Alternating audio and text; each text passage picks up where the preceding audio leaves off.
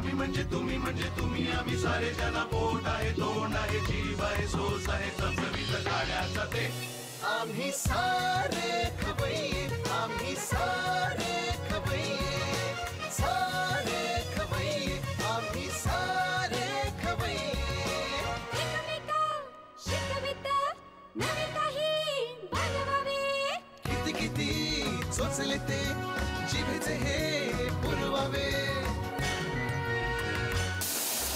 छान छान देशी विदेशी पदार्थ जाणून घ्यावे चुकता चुकता करता करता खावे अन खिलवावे आम्ही सारे खवय्ये आम्ही सारे खवय्ये सारे खवय्ये आम्ही सारे खवय्ये नमस्कार. आम्ही सारे खवय्येच्या या भागात सगळ्यांचं मी अतिशय आनंदाने प्रेमाने आणि उत्साहाने स्वागत करतोय. काय माहिती का, बाबा आणि मुलगा आणि बाबा आणि मुलगी यांचं ना पूर्व पश्चिम इतकं अंतर असतं. म्हणजे साधारणपणे बाबा जेव्हा मुलाला रागवतो ना तेव्हा काय रे दोन चार धपाटे बसलेले असतात आणि मुलीला रागवतो त्यावेळी वा असं करतात का. त्या स्वरामध्ये मुलीला कळतं की हे बाबा काही रागवलेलं वगैरे नाही आहे, टेम्परवारी आहे सगळं काय. आणि मुलगा बाहेर जाऊन बाबाबद्दल असं बोलू शकतो हा की बाबा म्हणजे डोक्याला शॉट आहे यार शपथ असं बोलू शकतो. मुलगी असं बोलू शकत नाही, कारण ते जे काय असतं ते सगळं प्रेमाने असतं. शेवटी मुलीचं सुख काय हे बापालाच कळतं ना, म्हणजे वडिलांनाच कळतं ना. ते एक बाबा आणि मुलगी इथे आलेले आहेत, ते खरे आहेत का खोटे आहेत हा मुद्दा नाही आहे, पण त्यांचं पडद्यावरचं नातं तरी खरं आहे आणि ते प्रत्यक्षात कसं आहे आपण जाणून घ्यायचं आहे. आणि प्रत्यक्ष हा जो बाबा आहे ना त्याला एक मुलगी पण आहे बरं का, खरी खरी मुलगी आहे. हां, तर मला त्यांची ओळख करून द्यायची आहे, त्यांचं स्वागतही करायचं आहे. आपण त्यांचं पहिल्यांदा स्वागत करूया. नमस्कार. थँक्यू. उदय, मनापासून स्वागत. आणि तुझंही मनापासून स्वागत. जुळून येती रेशीम गाठी. आता ही पडद्यावर म्हणजे प्रत्यक्ष सेटवर ही तुझी मुलगी आहे पडद्यावर, आणि घरी सुद्धा तुझी एक मुलगी आहे. होय होय. आणि ती सुद्धा आता नाटकाच्या दिशेने प्रवास करते. हो हो. तर मुळात मुलीला हँडल करणं सोपं असतं का कठीण असतं हा मुळात मुद्दा आहे. आणि त्यानंतर घरची मुलगी आणि ही मुलगी हे आपण डिफरन्शिएट करू. मुलीला मला वाटतं जगातला कुठलाही बाप हँडल करू शकत नाही, त्या मुलीच हँडल करतात. त्याबद्दल दुमत मला वाटतं नाहीच आहे. तुलाही मुलगी आहेच. मला तर दोन आहेत. त्यामुळे म्हणजे चान्सच नाही. आपण कितीही अकराळ चेहरे करून आपण बोललो ओरडलो तरी फक्त ए दारे एवढं झालं की आपण संपले, आपण शांत बसायचं. सिरियल मधल्या ह्या मुलीचं काय होतं की एकतर you are suppose to do that, आपल्याला करायला लागतं की आपल्याला सांगितलं की अशाच आहे तुमचं हे कॅरेक्टर आहे आणि मुलीला तुमचा धाक आहे आणि सतत तुम्ही तिच्यावर चिडचिड करताय. आणि तिलाही सांगितलं की ही चिडचिड तू सहन करायची म्हणून ती सहन करून घेते. नाहीतर एरवी आम्ही जे सेट कॅमेराच्या बाहेर जायचं नातं आहे ते वी आर ॲब्सोल्यूट फ्रेंड्स, खरे मित्र. मी वी डिस्कस एनिथिंग. तिला काय वाटलं तर मी बोलतो, मला काय वाटलं तर मी तिच्याशी जाऊन डिस्कस करतो. आम्ही खूप साऱ्या इतर गोष्टी म्हणजे ऍक्टिंग किंवा त्या सिरियलच्या व्यतिरिक्त खूप आम्ही डिस्कशन करतो ॲज फ्रेंड्स. ह्या मुलीच्या माध्यमातून मुलींची विचार करण्याची पद्धत काय, टेंडन्सी काय, काय बोललं की या हँडल होऊ शकतात, असं काही तू शोध घेण्याचा प्रयत्न केलास का रे? हो, हिच्या माध्यमातून सांगायला गेलं तर सांगितल्याप्रमाणे एकच गोष्ट वर्क करते आणि ती म्हणजे जोर जबरदस्ती, धाक. ते हिच्या बाबतीत. पण ऑफ स्क्रीन जेव्हा हिच्या बाबतीतलंच म्हणतोस ना, ऑफ स्क्रीन म्हणजे तो सांगितल्याप्रमाणे मी हिचा बऱ्याच गोष्टीतला कन्सल्टंट आहे. आणि ऑफ स्क्रीन मला ती म्हणजे स्क्रीनवर मला बाबा म्हणायला तुझी थरथरते, ती मला ऑफ स्क्रीन ए बापूस कसा आहेस असं आहे. तर म्हणजे सुकन्या कुलकर्णी सुद्धा आमच्या बरोबर काम करतात. ती म्हणलं काय आहे तो उदयला काय बापूस काय म्हणतेस, ते म्हटलं माझा बापूस आहे तो, ये रे बापूस बस इकडे. म्हणजे सगळं असं रिलेशन आहे ते. बरं. आणि कुठली डिफिकल्टी आली, काही क्वेरी आली, मग आता तुझी ही डिफिकल्टी आहे ना, तिच्या डिफिकल्टी ती तुझ्याकडे आणते, तुझ्या डिफिकल्टी तू तिच्याकडे नेतोस की नाही? काही चान्सच नाही ना. आपल्याला डिफिकल्टी असूच शकत नाही ना बापाला. आणि असेल तर तुम्ही एकटे बसा आणि आरशासमोर काय ते फ्रस्ट्रेशन काढा तुमचं. असं करते नाही, अलाउडच नाही. मी म्हटलं ना की मी सॉल्व्ह करायला तयार आहे, पण बापाला प्रश्न तर पडले पाहिजेत. तर ते नाहीच. ऑलरेडी खूप सॉर्टेड पर्सन. साखर घातली म्हणजे बघितलं ना बापाला आहे, हे पण तिला माहिती नाही की बापाला साखर नाही घ्यायची, थोडं घेणार ना. बघितलं स्थिती माहिती आहे, असं असतं हे. ओके ठीक आहे. हे इथेच प्रूव्ह झालं ते. हो, काही जास्ती बोलायची गरजच नाहीये. नाही पण आम्ही सॉल्व्ह करू शकतो जर आणले प्रॉब्लेम तर डेफिनेटली. हाय हाय. त्याचं म्हणणं आहे की त्याला प्रॉब्लेमच नाही. हा, आणि जे allowed आहे- नाहीत. परवानगीच नाही. अच्छा, प्रॉब्लेम आहे असं बापाला म्हणायला आणि चाललं. असेल तर तू प्लीज जा रे बाबा, तू बघ ना तुझं. म्हणजे कसं हे इनडायरेक्ट समजा आता ही आली, बापूस यार माझं असं असं झालंय, आणि बापूस यार हा बापूस यार बघ ना यार मला असं झालंय, मग तू असं असं कर ना. मग तिचं झालं, तिचा प्रॉब्लेम सॉल्व्ह झाला. हा, आणि मग मी आता सांगितलं तुला सांगू थांब मी आले आता मला सीन वाचायचं बाय मी चालले. इतकंही नाही होत, इतकंही मी इतकंही नाही होत. पहिले प्रश्न हा इतकं होतं. प्रश्नच नाही पडले तर कसं सॉल्व्ह करायचं. काय बाप. काय बाप काय बाप. ठीक आहे. ओके, पण एकंदर सेटवरचं वातावरण कसं असतं? खूप छान आहे. आणि मी प्रकर्षाने इथे सांगेन की खरंच त्यांनी सांगितलेला मुद्दा की ऍक्च्युअल फ्रेंड्स आहोत. आणि मला अगदी विशेषत्वानं मी सांगेन की माझे वडील रिअल लाईफमधले, त्यांच्याशी मी जितकं डिस्कस करत नाही तितकं मी बापूसबरोबर शेअर करते. म्हणजे असा कुठलाच सब्जेक्ट नाहीये माझ्या मते की जो मी डिस्कस नाही करू शकत. म्हणजे सगळे जगातले सगळे subject, right from investment to everything. Fantastic. आता हे ऐकलं जेव्हा स्वानंदी ऐकेल ना, तिचं काय व्हॉइस ओव्हर आपण नसतो ना, मनातले डायलॉग जोरात बोलायचे असतात ते पण ह्याला काय विचारते, ह्याला काय कळतंय असं तिचं असणार. कळलं, हा फरक आहे स्क्रीन आणि रिअल लाईफचा. बरं, ऑल सेड अँड डन, म्हणजे जोक सपाट. आता स्वानंदीचं काही वर्षांनी लग्न पण होणार आहे. मग त्यावेळी तुझा स्टँड कसा असेल बापूस म्हणून? मी तुला खरं सांगतो, 2 दिवसापूर्वीच विषय निघाला आणि आरतीचं माझं बोलणं झालं की असं असं आहे, अरे एक ते स्थळ आलंय, तू बोलतोस का तुझ्याशी. मला वाटतं ना पहिल्यांदी आयुष्यात मला सुचलं नाही तर मी कम्प्लीट ब्लँक होतो. आत्ताही तुला सांगताना मला खूप टेन्शन आलंय. मी खरंच काही गोष्टी असतात बघ ज्याच्या कल्पना आपण करत नाही आणि ढकलतो पुढे, जाऊ दे नंतर बघूया, उद्या बघूया. हा तसं आहे ते. म्हणजे असं इच्छा ती असेल की पोरगी आपल्याकडेच राहावी. बरं. पण तिच्या पॉईंट ऑफ व्ह्यू विचार केला आणि मग जरा धाडस केलं आणि मग मी फोन केला. आणि मग पहिल्यांदा बोलो फोन ठेवल्यानंतर मी स्वानंदीला फोन केला. म्हटलं स्वानंदी तुला सांगू का, मी इतकं घाबरलो पण आयुष्यात मी खरंच कुठल्याच गोष्टीला एवढा घाबरलो नसेल तेवढं हे तुझ्यासाठी बोलणं करायला मी घाबरलो. तर मला माहित आहे मी काय करीन, त्यामुळे अजून जस्ट प्रिलिमिनरी बोलणं आहे. बरोबर. पुढेही काय काय होतील पण ते झेपणं खूप कठीण आहे. बरं, स्वानंदीला काय जेवण बिवण करता येतं का? अप्रतिम. बरं, तुला येतं का? अप्रतिम नाही, हा समोरच्याचं आणि आपलं पोट भरू शकतं व्यवस्थित इतपत येतं. माझं कधी पोट भरलेलं नाही, कधीही घरनं काही आणलेलं नाहीये.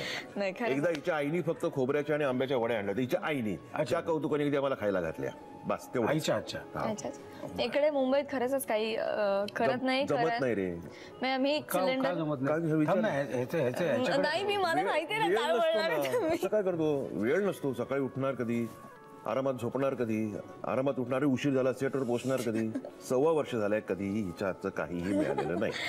म्हणजे संशयास्पद आहे. ही जेव्हा म्हणेल की मला बनवता येतं तेव्हा ते संशय. मी सांगते ना आग्रहाने की मला खूप छान असं अजिबातच येत नाही. उत्साह त्यात अजूनच नाही की बनवणं काहीतरी कोणाला खाऊ घालणं, अजिबात नाही. पण मी खूप छान खवय्ई आहे, व्यवस्थित बापाने आणलेलं सगळं अगदी भरपूर खाऊ शकते इतपत आहे. तुला एक प्रश्न विचारायचा आहे की तुझ्या आयुष्यात वडिलांचं महत्व काय? प्रत्येक मुलीच्या आयुष्यात असतंच आणि हे माझ्याही आयुष्यात आहे. आणि खूप इमोशनली अटॅच आहे मी माझ्या बाबांशी, याही बापाशी. पण मी म्हणेन की हा बाप इंडस्ट्रीत वावरल्या कारणानं खूप फ्री आहे, प्रॅक्टिकल आहे. तसा माझा रिअल लाईफमधला बाप खूपच इमोशनल सेंटी आहे. म्हणजे मी जेव्हा पुण्याला जाते आणि पुण्याहून दुसऱ्या दिवशी मुंबईला शूटिंगला येते, दरवेळी माझ्या वडिलांच्या डोळ्यात पाणी असतं. दरवेळी. म्हणजे माझी आई हा जा खाऊन घे काहीतरी, आज मला द्यायला काही जमलं नाही अशी म्हणून बाय करते. पण बाबा बापरे, मी 10व्या मिनिटाला फोन आणि बरं वाटतं तू आलीस की ग, इतपत इमोशनल आहे. तर खूप मोठं स्थान आहे त्यांच्या. मला वाटतं सगळ्या इच्छा मी पूर्ण करायला. मी मोठी मुलगी आहे घरात, मला छोटा भाऊ आहे 1 वर्ष लहान. तर मला एक्सप्लेन नाही करता येत, माझ्याकडे शब्द नाही आहेत. पण हे इतकं छान रिलेशन आहे आणि मी खूप आदर करते त्या रिलेशनचा. क्या बात आहे, क्या बात आहे. कसं आहे, मुलीचं सुख वडिलांशिवाय जास्त कोणाला कळणार. ह्याच विषयावरची एक नवीन सिरियल सुरू झालेली आहे, असे हे कन्यादान. दर सोमवार ते शनिवार संध्याकाळी 7:30 वाजता फक्त झी मराठी. प्राजक्ता आणि उदय, तुम्ही दोघेही इथे आलेलात. आणि प्राजक्ता, तू काहीतरी बनवणार आहेस असं, म्हणजे बाबाच्या आग्रहामुळे आणि मार्गदर्शनामुळे. आणि कधी नव्हे तो. बर, काय बनवणार आहेस? पहिला पदार्थ काय आहे? कर्नाटकी पोहे. आमच्यावरच आज हे आहे का म्हणजे? नाही प्रयोग नाही, येतात बऱ्यापैकी, पण मार्गदर्शन यांचं आहे. बर ठीक आहे. कर्नाटकी पोहे, मला साहित्य सांग काय काय आहे. गाजर, पोहे भिजवलेले, जाड पोहे, मटार, शेंगदाणा, बारीक चिरलेली कोथिंबीर, किसलेलं खोबरं, बारीक चिरलेला कांदा, वांगी मसाला, लिंबू, कढीपत्ता, चणा डाळ, उडीद डाळ, हिंग, मोहरी, मीठ, बारीक चिरलेली मिरची आणि हळद. ओके. साहित्य बघितलं जाऊया कृतीकडे. पहिल्यांदा आपण तेल तापत ठेवलेलं आहे आणि तेल तापलेलं आहे आणि पहिल्यांदा मोहरी ना. येस. मीच तुझ्या वतीने घालतो म्हणजे काय टेन्शन नाही राहणार. घाबरून मागे गेली होती. अनुभव कळला ना? अनुभव उडणार. आता उडणार नाही, आता उडेल. आता कढीपत्ता आहे. कढीपत्त्याने नेहमी उडतो. ओके.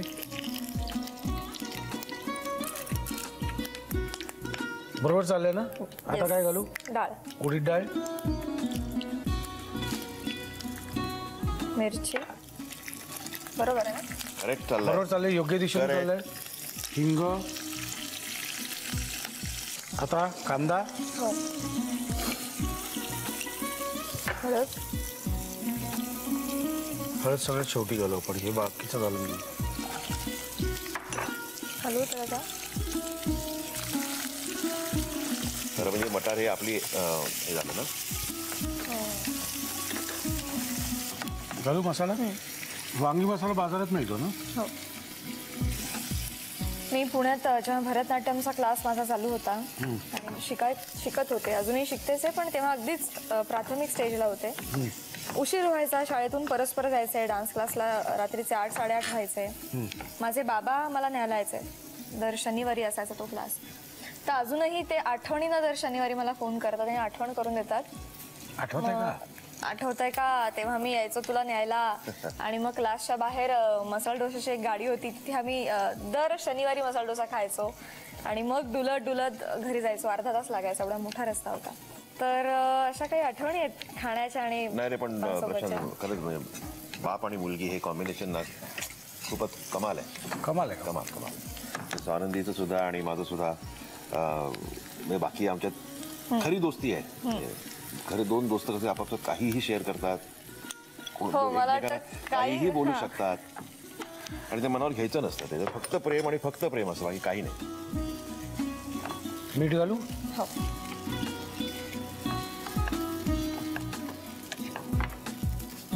करेक्ट चालले ना?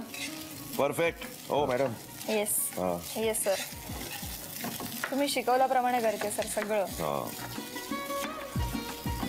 तर सरांचंही खूप मार्गदर्शन असतं आम्हाला. आणि फक्त अभिनय आणि इतर गोष्टी असं नाही, डाएट की काय खावं, कधी खावं, कसं खावं, गाडी कोणती घे, कोणती घेऊ नको, त्याला CNG करायचं नाही करायचं, इथपासून सगळं.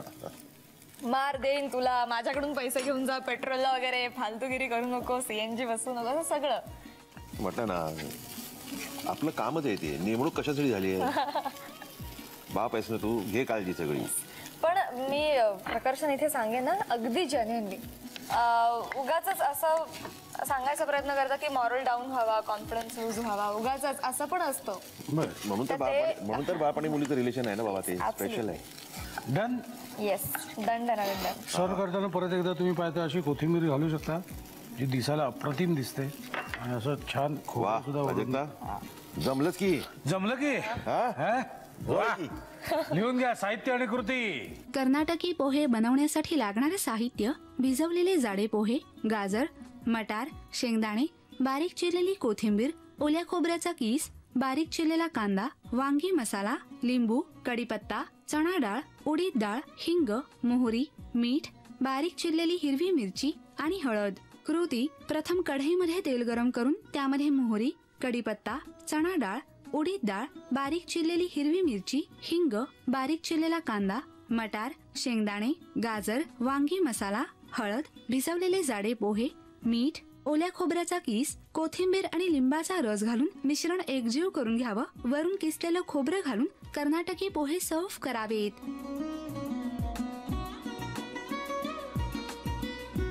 चला जाऊया पुढच्या रेसिपीकडे. प्राजक्ताच्या चेहऱ्यावर जो काय असा एक कॉन्फिडन्स दिसतोय आणि उदयच्या चेहऱ्यावर सुद्धा कॉन्फिडन्स दिसतोय की ही करणारच आहे. कौतुक. ओके, आता काय बनवणार आहेस तू? तवा पनीर टिक्का. तवा पनीर टिक्का. ओके, मला साहित्य सांगतेस काय काय? पनीर, कॅप्सिकम, दही, मस्टर्ड ऑइल, कसुरी मेथी, लिंबू, आलं लसूण पेस्ट, धना-जिरे पावडर, गरम मसाला, काळं मीठ, बारीक चिरलेली कोथिंबीर, चाट मसाला, लाल तिखट आणि मीठ. बघितलं कमाल. उदय कॉन्फिडन्स पाहिजे मुलीबद्दल. हो रे, खरंच खरंच चुकलंच माझं. कौतुक एवढं आहे की कॉन्फिडन्स कमी होत आहे. का? क्या बात आहे, क्या बात. तेल तापलेलं प्राजक्त रेडी आहे, हातात चमचा घेऊन रेडी आहे. Yes. आता काय वाजवायचं आहे चमच्याने का काय पुढे काय बनवणार आहेस तुम्हाला सांग. येस, आधी हे सगळं मिश्रण एकत्र करून आपण घ्यायचं. तवा काय बनवतो? पनीर टिक्का. तवा पनीर टिक्का. आधी दही काढून घ्यायचं आहे. ओके. हे जे आहे हे सगळं मिक्स. अच्छा, सगळंच घालायचं आहे. कसुरी मेथी,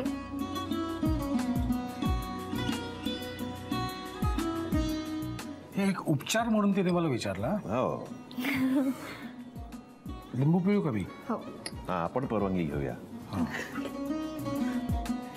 मी पहिल्यांदाच डिक्लेअर केलंय, सगळं तुमच्या मार्गदर्शनाखाली होत आहे.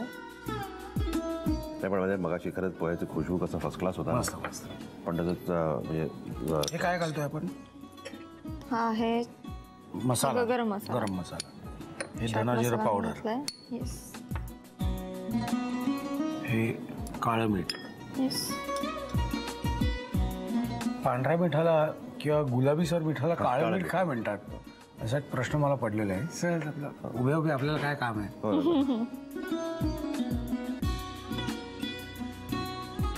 एवढं घालू? हो. नाही, या डिशच्या बाबतीत माझ्याकडे बघू नकोस. तुम्ही कधी स्वानंदीसाठी कधी काय बनवलंय की नाही? नाही, मी हॉटेलमधनं मागवतो जे लागेल ते. हा, म्हणजे उगाच किंवा माणसं ठेवतो करायला. वेळ वाया घालायचा अरे पण डिश होत नाही. मी स्वानंदीला पण कधी असं सारखा स्वयंपाक करायची वेळ येत नाही. एकदा दोनदा असा इमर्जन्सी मध्ये आला आणि तिने जो काही ब्रिलियंट स्वयंपाक करून वाढलाय ना मला, मी खरंच ऊर भरून आला माझं.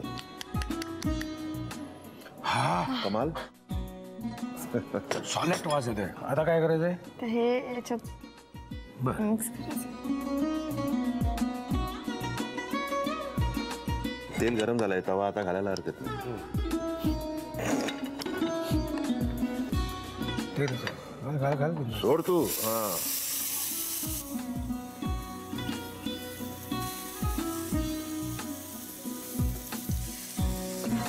हे व्यवस्थित फ्राय करून घ्यायचं आणि मग या काड्यांमध्ये मध्ये घालून घालायचं. टाकायचं. येस. मग काड्या कशासाठी असा एक मला प्रश्न पडला होता. बस राव, बस झालं. वास. वास छान येतो. जय हो.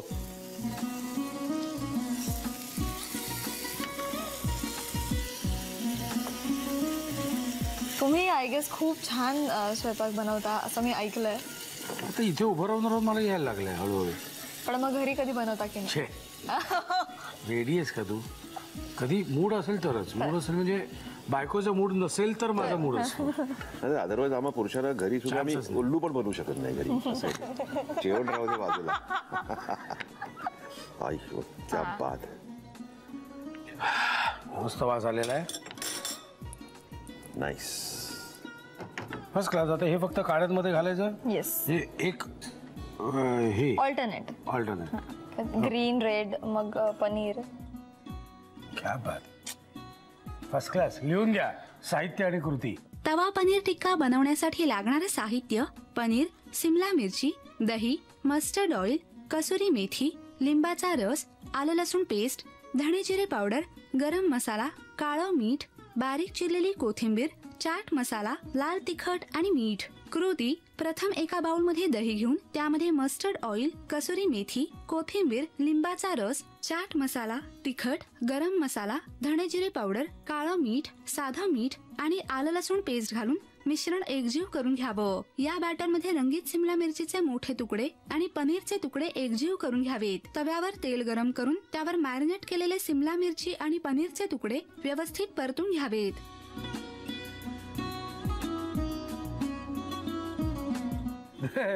दोन्ही पदार्थ प्राजक्ताने बनवलेले आहेत. म्हणजे ह्याच्यात काही कुत्सितपणा किंवा असं काही नाहीये. मी आणि उदयने हे केलं की नाही प्राजक्तालाच बनवू दे, नाही प्राजक्तालाच बनवू दे. त्यामुळे प्राजक्ताने सुद्धा असा कॉन्फिडेंटली एक पाऊल पुढे टाकून वडिलांसाठी आणि माझ्यासाठी पदार्थ बनवले आहेत आणि मी ते खाऊनही बघणार आहे. हा, आपण खाऊन बघूया. मी अजून हात पण यायला मला भीतीच वाटते मला. नाही, छान दिसतंय बापूस. दिसायला छान दिसते. असं म्हणतोस? वा, टोमॅटो काय मस्त लागतोय. हा ना. वाटाणा पण छान आहे. ही रेसिपी तर बापूसनेच सांगितली होती मला, त्यामुळे याचा क्रेडिट तर बापाला आहे. तू केलंच बाबा. 6 वर्षात पहिल्यांदा काहीतरी मिळालं याच्या हातचं खायला. काढलंय आज. म्हणजे प्रत्येक नात्याची ना एक वेगळी गंमत असते. म्हणजे वडील, मुलगा, मुलगी, आई, काका, मावशी, मामा, काकू, ही सगळ्या नात्यांची एक वेगळी गंमत असते. पण या सगळ्या नात्यांमध्ये सगळ्यात नाजूक आणि अतिशय महत्वाचं नातं म्हणजे वडील आणि मुलगी. पोहे सुपर झाले यार. वा वा, छान. कसं जमलं तुला? माझी रेसिपी असून सुद्धा. म्हणून खरं तर तू लक्ष ठेवलेस म्हणून त्यांच्या नाही धाकामुळे. माझ्या कॅरेक्टरचा डायलॉग पण आहे की बाबाजी लक्ष असू द्या. असं इथं बापाचं लक्ष आहे. मस्त. दोन्ही पदार्थ उत्तम झालेत. Prajakta first class. पास ना. थँक्यू. बरं, तुमचे दोघांचे आभार मानतो आणि तुमची सिरियल अशीच चालत राहो थँक्यू असंही एक शुभेच्छा देतो. पण नुसत्या शुभेच्छाने आमच्याकडून एक छोटीशी तुम्हाला प्रेमाची भेट वडिलांसाठी वेगळी आणली. Thank you Prashant. Thank you. Thank you. Yes. मंडळी, तुमच्या आजूबाजूला असं छान नातं तुम्हाला कुठे दिसलं ना, बाप आणि मुलगी, तर आम्हाला लगेच लिहून कळवायचं. आणि हे नातं म्हणजे काय आणि या नात्यातल्या अजून गमती जमती काय आहेत हे आम्ही पुढचे काही एपिसोड दाखवतच राहणार आहोत आणि तुम्हाला बघत राहायचंय. आता खायची वेळ झालेली आहे, कारण प्राजक्ताने अप्रतिम पोहे बनवलेले आहेत, है ना. पनीर सुद्धा. पनीर पण छान बनवलेलं आहे. हे सगळं संपवण्याची जबाबदारी माझ्यावर आहे आणि त्यांच्यावर पण आहे. आणि निघायची वेळ झालेली आहे. तेव्हा परत भेटूया याच वेळी याच दिवशी. तोपर्यंत मस्त खा आणि स्वस्थ राहा. नव्या नव्या चवी ढवी वेचल्या ह्या तुम्हासाठी